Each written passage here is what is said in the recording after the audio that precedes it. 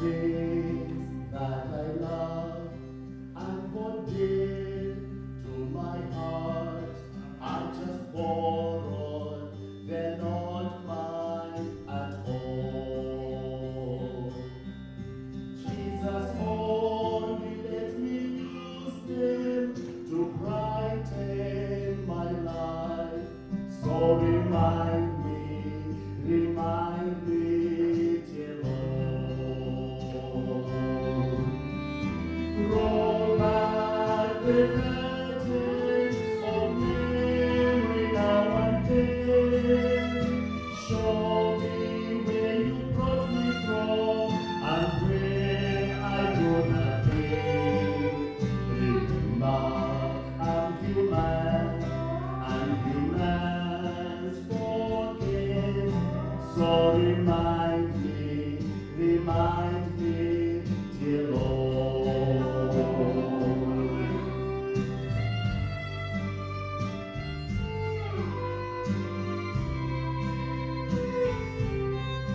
Nothing good have I done to deserve God's own Son.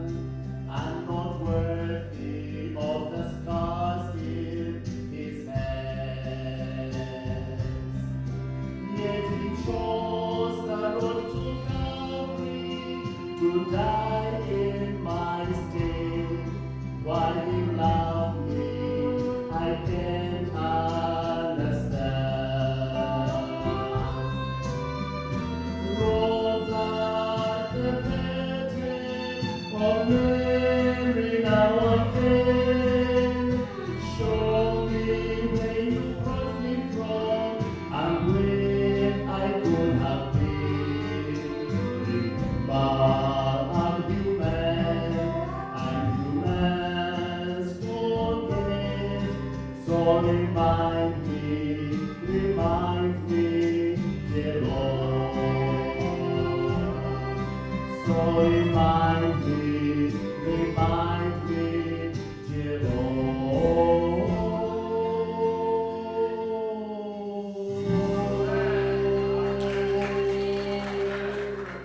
The song used to sing, and because we have got Dr. Smith here, I believe you will sing as soon as I started. You know what happened within the week? I was talking to Elder Solando. I wrote some words on WhatsApp, and I was asking him, do you know this song? He said, no. I said, but it's a song which the Dr. Smith is singing. He said, I wish I hear it, then I'll be able to sing. And one thing which we will be surprised with in heaven is that we are going to sing a song without practicing. Jesus will just come, give the key, and He will be ready to conduct that choir. And we will all sing without practicing. I'm looking forward to that.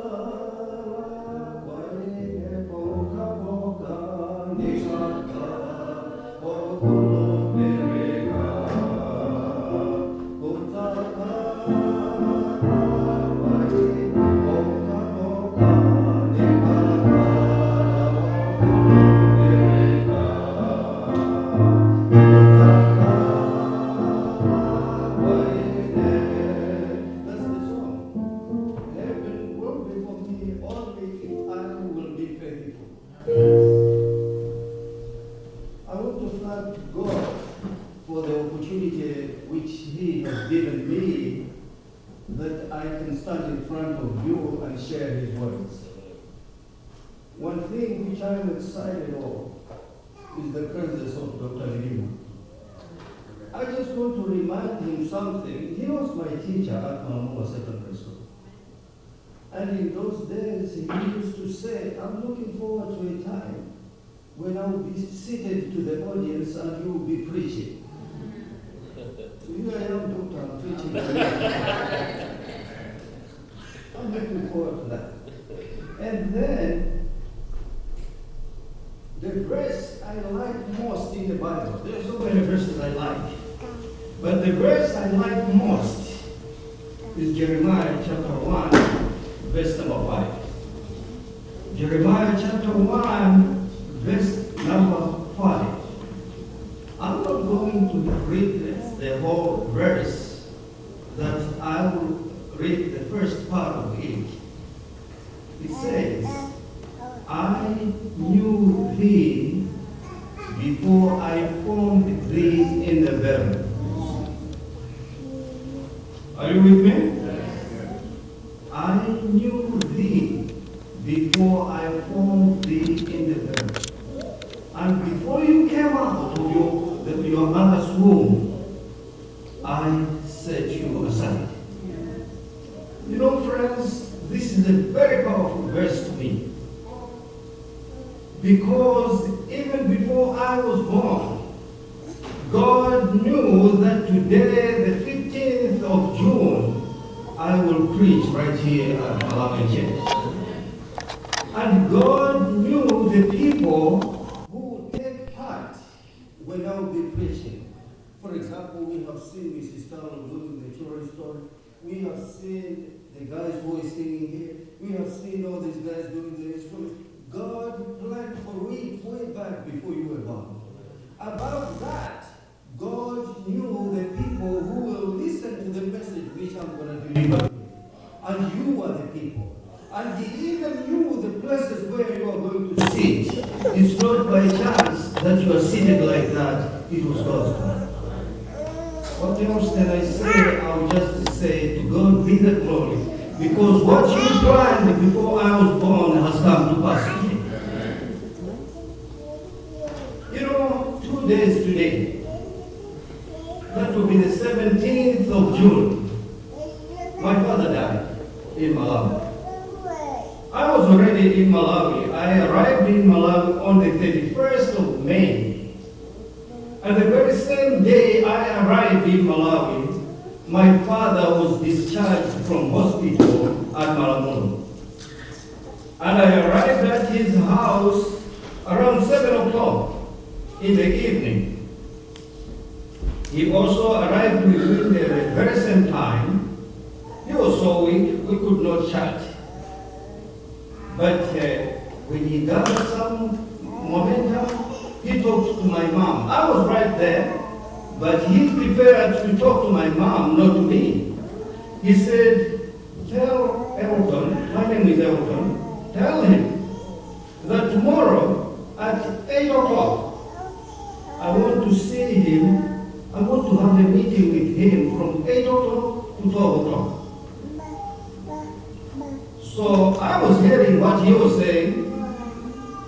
So my mom said, did you hear what your father is saying? I said, yes, but he said, no, tell him. So my mom said, your father is saying tomorrow at 8 o'clock, up to 12, you want to have a meeting with you in the bedroom. And I said, okay. I was really surprised with the tone which he used to relay the message. I knew that something was not adding up.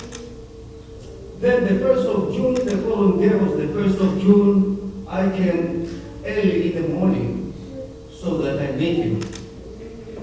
When the time came to 5 minutes to 8, he called for me. And my mom told me that your father is saying you can enter into the bedroom. And when I entered, my mom came in with me and he said, you know, I don't want to be disturbed. I just want him and myself to have a meeting within the 4 hours I've mentioned. And if you will need anything from the bedroom, you better take it now because I don't want to be disturbed. So when my mom took whatever she wanted, she left the room. And then I was there, he told me to lock the room. And I locked it. And he prayed. After praying, my father started telling me things.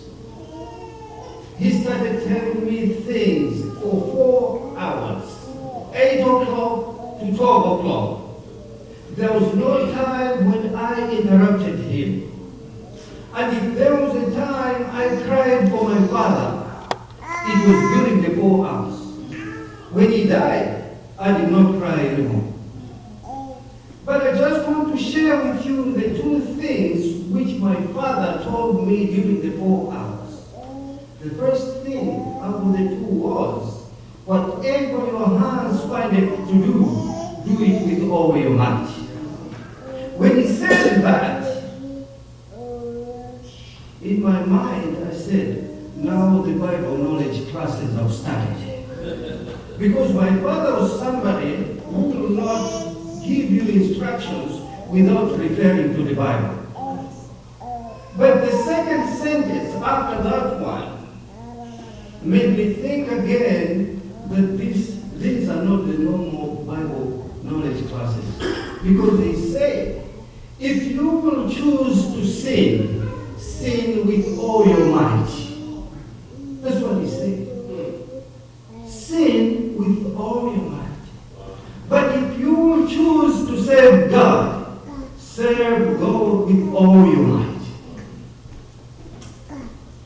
And the second thing he said was, be a wise fool. In Chichewa he said, that's what he said. And he continued by saying, I've been in the church for too long. Now, because of following God, there are times when people do take you as a fool. He continued by saying that you will be living in the world of choices. Remember, make good choices. The lesson which we are going to study today is the new covenant. The new covenant. But we cannot talk about the new covenant without having a snapshot of the old covenant. We need to know what was the old covenant. Allow me at this point in time to remind you what was in the old covenant. The old covenant was established between God and the children of Israel. This time the children of Israel had been freed from slavery in Egypt. And Moses, who was leading the children of Israel, was the mediator of this covenant. Remember, it was during the 3rd month after they started off from Egypt, and it was at Mount Sinai when this covenant was signed. In this covenant, God wanted the children of Israel to be his own nation. God wanted the children of Israel to be his own people. In return, God wanted the children of Israel to acknowledge him as their God. That's all about the old covenant. Now, the 10 commandments came into play simply because God wanted to differentiate the children of Israel with other pagan nations. That was the very true reason why the 10 commandments came into play. Because God wanted the children of Israel to be his own nation, his own people. Now, to differentiate them, he came up with the 10 commandments. Now, the 10 commandments and the acknowledgement of God, as well as the honoring of the children of Israel, was to come with a price. God said, if you will do what I'm telling you to do, I'm going to do 2 things. Number 1, I will make you prosper. That's the first thing which God mentioned to the children of Israel. I will make you prosper. Number two, I will protect you. Friends, if you have prospered in life, and if you have protection, I just want to assure you, you have everything which a man would need. Protection is very important. Prosperity is very important. So in other words, God promised the children of Israel two important things. Now, when I was going through the lesson, I learned something new to me. It may not be to you, but to me it was something new. I did not know that I was incorporated in the Old Covenant. And when you read Deuteronomy chapter 29, verses 14 and 15, I'm not going to read, but I will give you an analysis of it. It says, Deuteronomy 29, verses 14 and 15, verse 14 says, neither am I making this covenant with you alone. You alone, meaning the children of Israel. But then when you go to verse number 15, it says, I am making this covenant even with those people who are standing with here today. When he said those people who are standing with us here today, God meant those people who joined the children of Israel from Egypt at Kenau. He made them.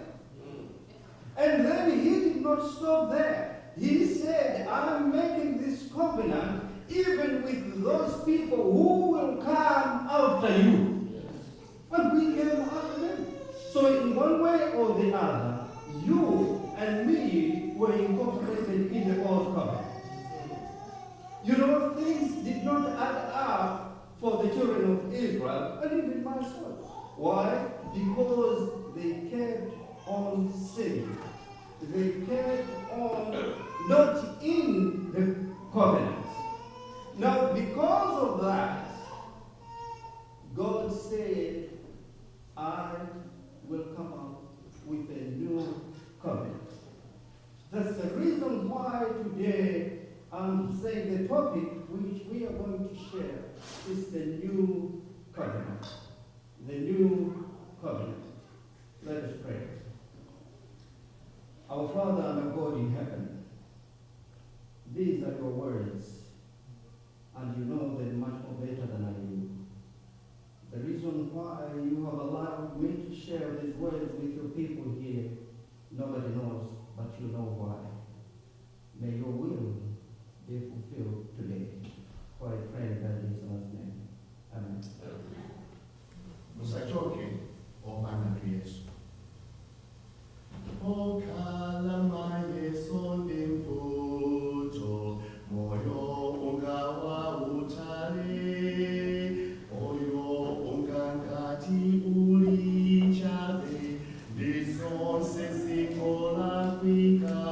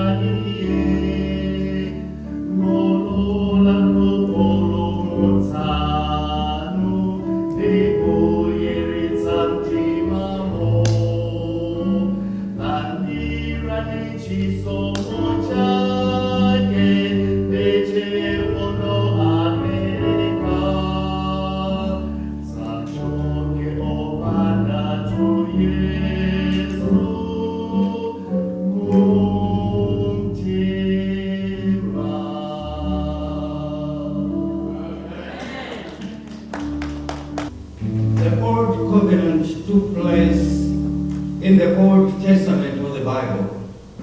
And the scripture reading which came this morning came from Jeremiah chapter 31, verses 31 and 32. It's also in the Old Testament.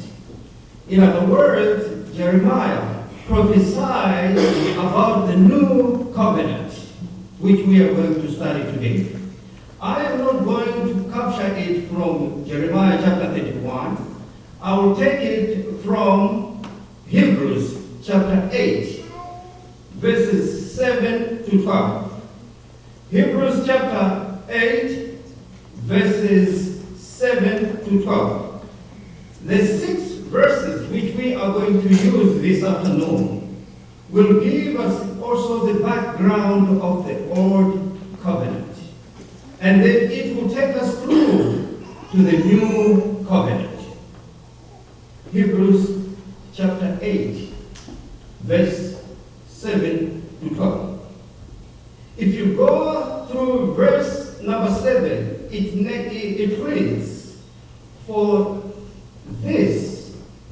that old covenant, if it had not been faultless, then should no place for the new covenant come.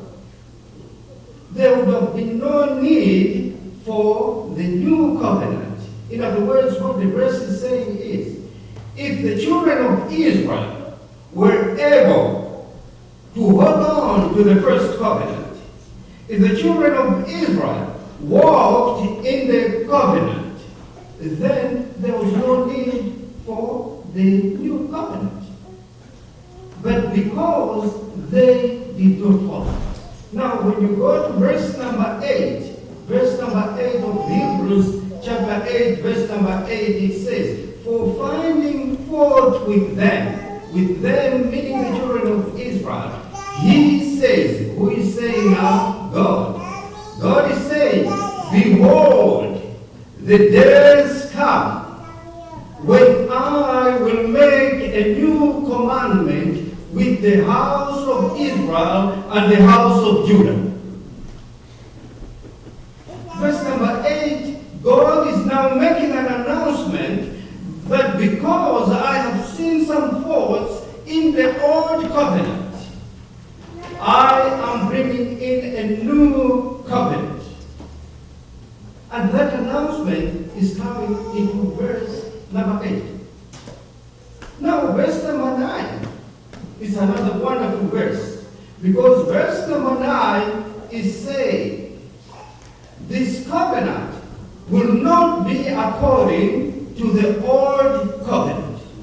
That's what the Bible says. It's not going to be according to the old covenant which I made with your fathers in that day, when I took them out by hand and lead them out of the land of Egypt, because they continued not in my covenant, and I regarded them not. Because the people were not walking in God's covenant.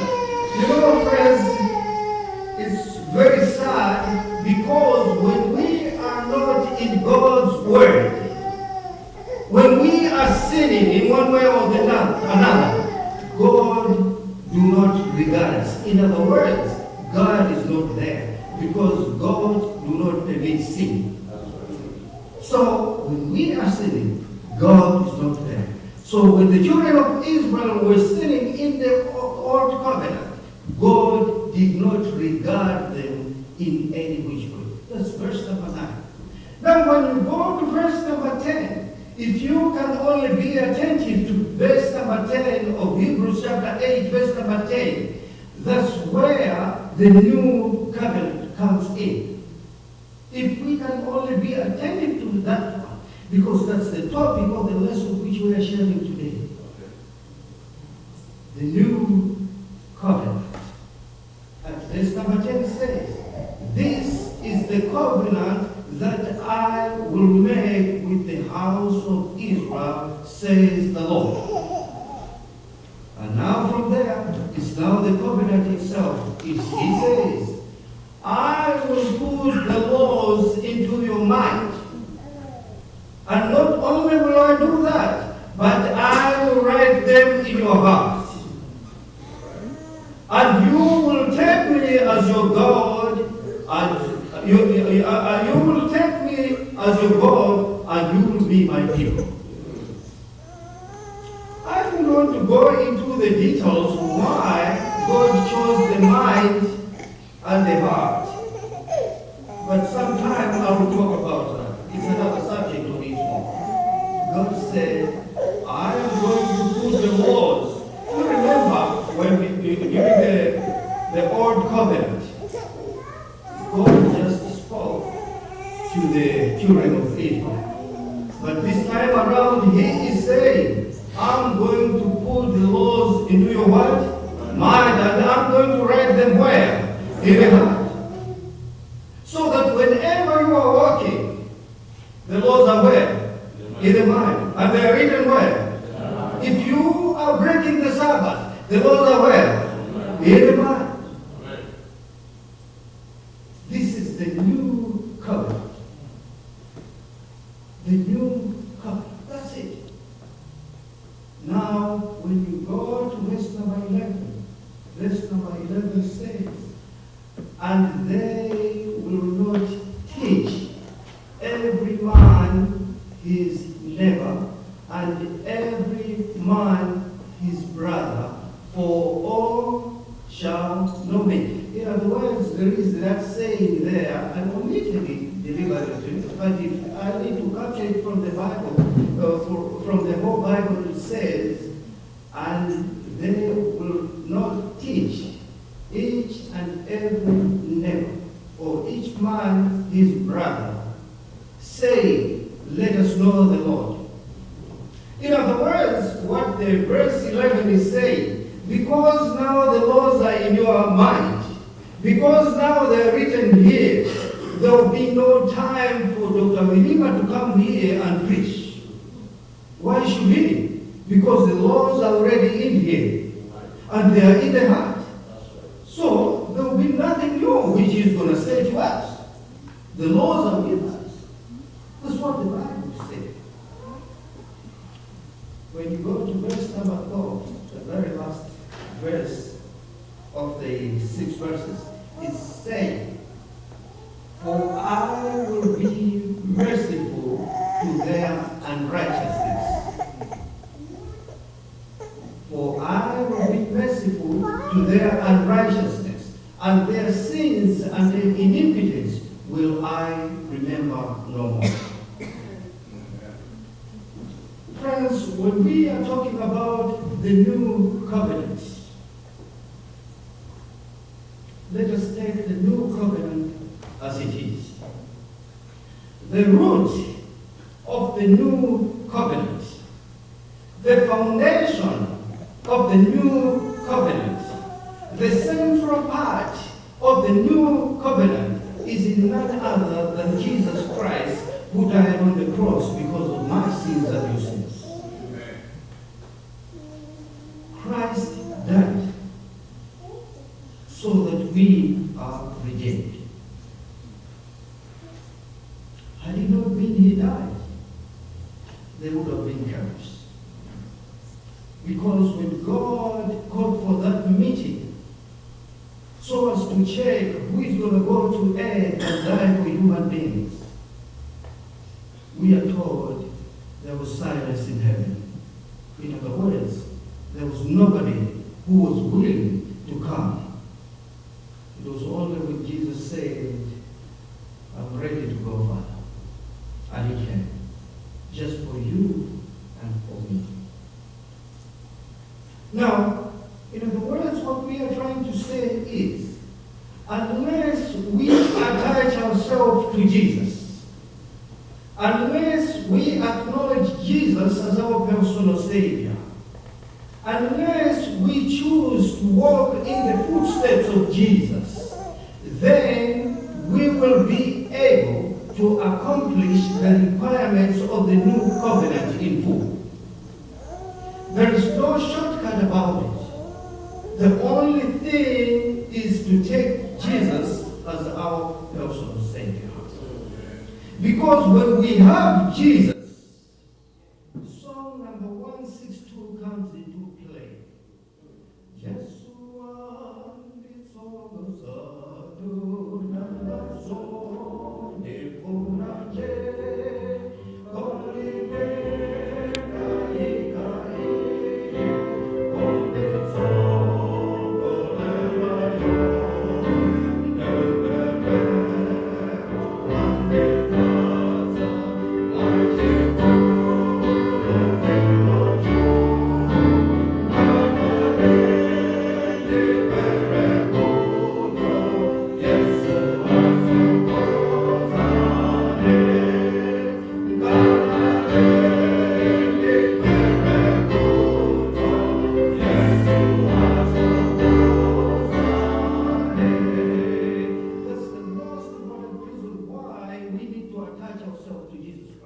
because he is going to guide us.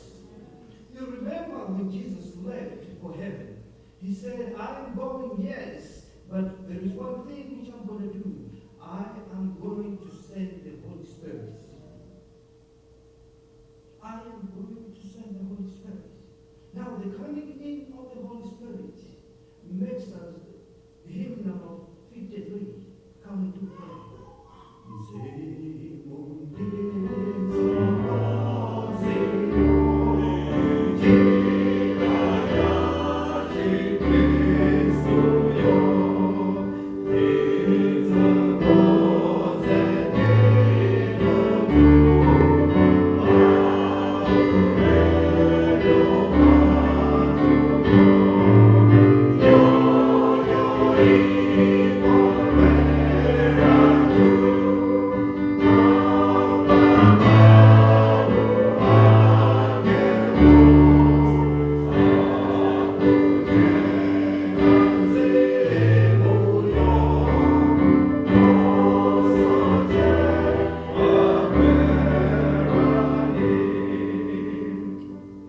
There is a problem with my church, and that's the Seventh-day Adventist Church.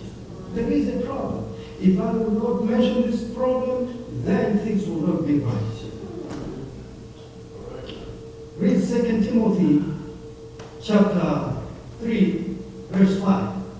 I'm going to say it, but open up your Bibles. 2 Timothy chapter 3, verse 5. Adventists, we are fond of having a form of godliness, but denying the power therein. That's the problem with my church. That's the problem with your church. We are excited to come to church, but then holding on to God's covenant is becoming a problem. Friends, God will not accept us if we will make that step. Coming to church must be something else. How can we come to church and then around 3 o'clock when the Sabbath is not gone, we are going to work? The Bible says, thou shalt not work on the Sabbath. It's just what the Bible says. I'm not bringing anything new. You think there is something new? No. It's just something which is coming from the Bible. The Bible says, give me my tithe. It's his. But do we give the tithe? What's the problem with the Seventh-day Adventist Church? What is it like? Do you enjoy coming to church, but you are not doing the things which God wants you to do? God is not happy with us. The most important thing is we attach ourselves to Christ. Now, I want you to open 2 verses at one time. 2 verses. Open John 3, verse 16 and 2 Corinthians chapter 5, verse 17. John 3, 16. John 3, chapter 16. It's a verse which we have at heart, is it? Yeah, because God says, I am going to put the laws in your mind. So, John 3, 16. I want you to capture one word. For God so loved the world that he gave his only begotten Son, that whosoever, I want you to hold on to whosoever.